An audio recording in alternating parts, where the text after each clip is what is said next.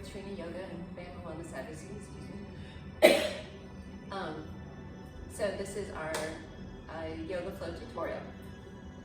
I try to do these tutorials based on the peak pose of the coordinating yoga practice that I actually just filmed. So today, we're going to go into inversions and specifically into plow pose. So inversions are a lot of fun and so extremely important to your health because it's the way that you can get your body where your head's lower than your heart. That's really what an inversion. You do not need one of those cool tables. You can do it on your own. But there are progressions. Obviously, we've done a tutorial on headstand, handstands, and forearm stands. Those are all inversions. Those are generally inversions that people like to work towards, but it does take a lot of work. And these inversions is considered like mat inversions, where your body is more supine, so you are laying on your back, are generally a good way to start with inversions. So we're gonna do a workout of inversions to plow pose, which was the peak pose of the flow that I filmed. Plow pose is not for anyone that has any type of neck compression. Most back problems, it's not worth it. But as you strengthen their neck, like I have osteoarthritis in my neck. I don't know how. I guess it's just part of getting older. But working through with physical therapy and doing stretches and exercises on my own, building up those muscles, actually have completely made the pain go away. It's incredible how your muscles and your joints and your nerves, I mean, the whole body is connected. So the more that we build our muscles and our bones, our joints stay healthier. Sorry about that little anatomy lesson. But let's get started and let's just bring our focus onto our breath so we can find our mindfulness and have the right mind for our practice. So finding a comfortable seat, back straight, spine long, crown reaching towards the sky, closing down the eyes and just taking a rounded breath. Deep inhale, holding it at the top, and exhaling fully.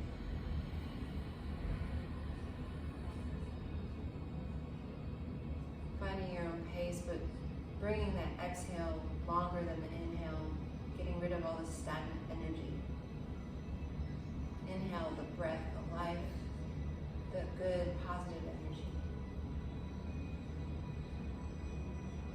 And exhale any negativism, anything that's not serving you today.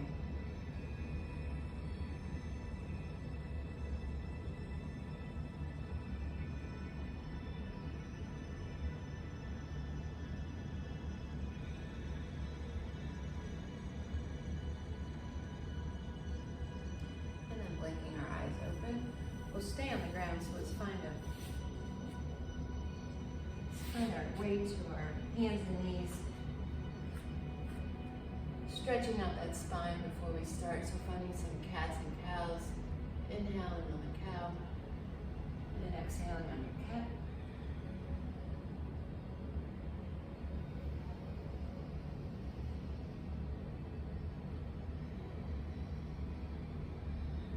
And one more round. And exhale.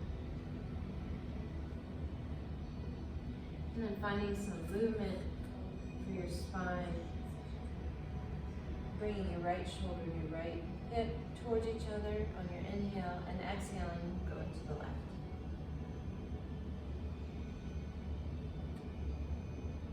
Inhale to your right. And exhale to your left. And one more time. Inhale. And exhale. And then walking your hands just a handprint flowing from child's pose to your belly. Inhaling child's pose and exhaling modified plank. Inhaling child's pose and exhale modified plank or plank. And then finding your way down. Taking an inhale and an exhale.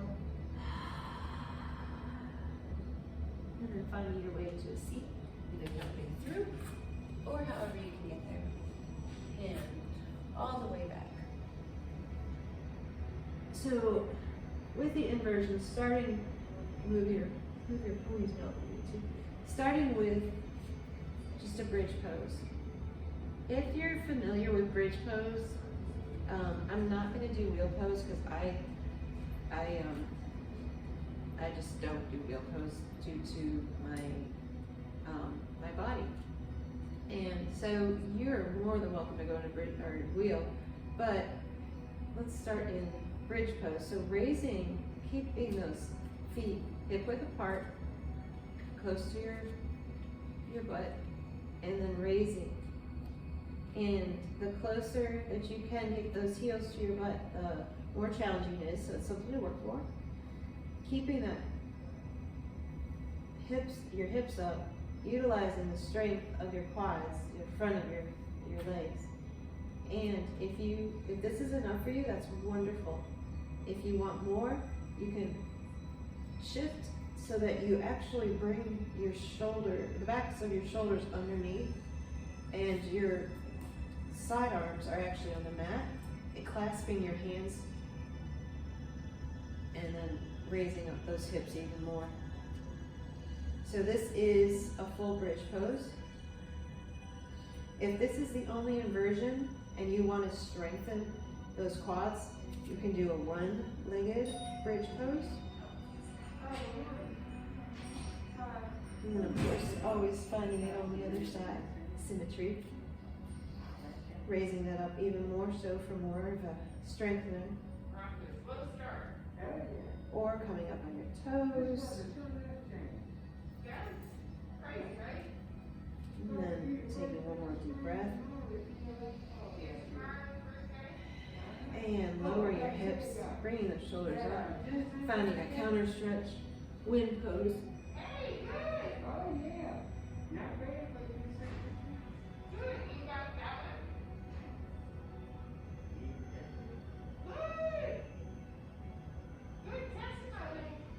So if bridge pose is where you're at today, just keep going through, as we do other poses, go into bridge pose, challenging yourself where you can, and giving grace to yourself where you need rest. So from bridge pose, we're going to find a shoulder stand. As you go into these inversions, these supine inversions, make sure that your neck, if you have any pain in your neck, please come out of it. Do not push yourself through that. And also you don't want to turn your head in any of these two poses. Coming back to, the easiest way is to come back into wind pose and then supine staff. So this is another a way to strengthen your core in order to get into shoulder stand. So this is a great pose. It's a lot harder than it looks. If you're ready though, what I do is kind of using my hands as brakes. I lift up my hips and hands go back wherever they may land to help you. As you get stronger, your hands go up further up your back, keeping your legs straight up, and then unclenching anything that you may be holding on to.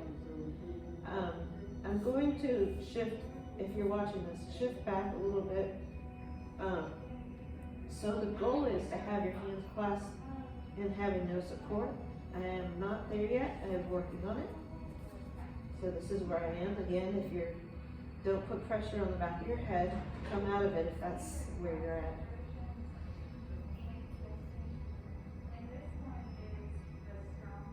and then rolling out of it and finding that counter stretch again. I like to lift up my head because it brings my shoulder blades apart from each other and gives a nice stretch in that lower, right below, I guess, your lower cervical spine. Now, I'm going to turn around So you can see, this is going to be plow pose. I don't want my honey being in front of the cameras for a long period of time. So again, working on whichever posture you're at is fine. I'm coming off my mat a little bit so I'm in camera completely. So generally plow comes straight from shoulder stand. So if we find our way back into shoulder stand, I'm going to adjust my shoulders so they're a little bit under, and then hinging at your hips, keeping a micro bend. Your goal is to get your toes to the ground. This took me a very long time to get there. So you may look like this, and that's great. You're just reaching towards that. If you haven't warmed up, like walked or anything, looks much different. If I hadn't done yoga already, I'd probably be here. And I know that when I do yoga first thing without a walk, this is where I am. But because I've walked this morning and done yoga, I can get here. I do not stay very long, just a couple of breaths. And as bent as your knees need to be, that's wonderful too. That's another option. This is actually knees to ear. This is a different pose, but it helps you get into the plow pose. So one more deep breath in, and exhale, and then rolling it out like a somersault backwards, and then finding that wind pose one more time.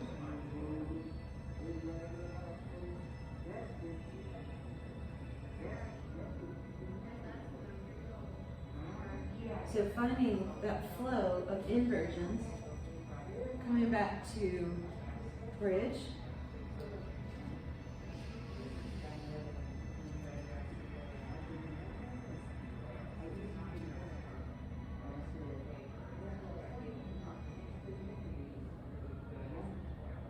And then from bridge into shoulder stand.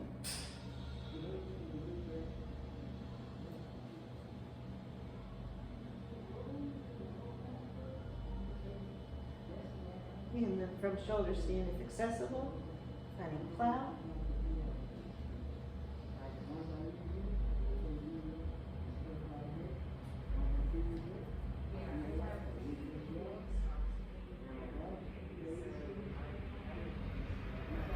And then releasing out of plow when you're ready, and finding that counter stretch with wind pose.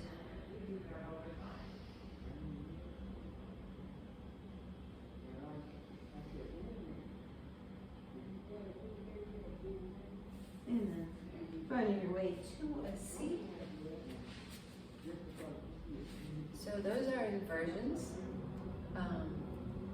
bridge, wheel. There are many tutorials on wheels, so if you're interested in that, what wheel is, it's a full back bend on your hands and your knees. So it's an amazing pose. But thank you so much for joining me. I hope that you've learned how to work into plow pose through shoulder stand and bridge. So let's just end our practice the way we began, closing down our eyes, finding 3 deep breaths.